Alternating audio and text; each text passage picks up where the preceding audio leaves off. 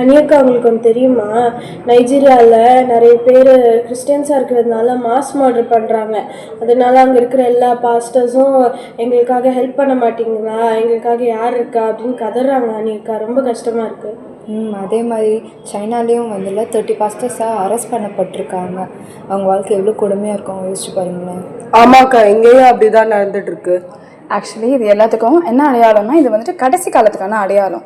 ஆண்டு வந்துட்டு Matthew chapter 24 என்ன சொல்லியிருக்காருன்னா, என் நாமத்தை நிமித்தம் யூ வில் பி பர்சிக்யூட்டட்னு சொல்கிறாரு. நைஜீரியாலலாம் ஆண்டருக்காக அவங்களோட வாழ்க்கையவே அவங்க வந்துட்டு விடுறதுக்கு ரெடியாக இருக்காங்க. ஆனால் நீங்களும் நானும் என்ன பண்ணுறோம் ஆண்டருக்காக? எக்ஸாக்ட்லி. அவங்களுக்காக ஜெபம் பண்ண வேண்டியது நம்ம மேலே விழப்பட்ட ஒரு கடமை. ஸோ யங்ஸ்டர்ஸ், இது உங்களுக்கும் தான். இப்போ ஆண்டரோட வருகை ரொம்ப சமீபமாக இருக்குது. அதுக்காக ஆயத்தமாகுங்க. அட் த சேம் டைம் இந்த மாதிரி மாட்டியஸாக இறக்குற இவங்களுக்காக நம்ம ஜெபம் பண்ணணும். God bless you. இந்த வீடியோ உங்களுக்கு பிடிச்சிருந்துச்சுன்னா லைக் பண்ணுங்கள், ஷேர் பண்ணுங்கள், சப்ஸ்கிரைப் பண்ணுங்கள்.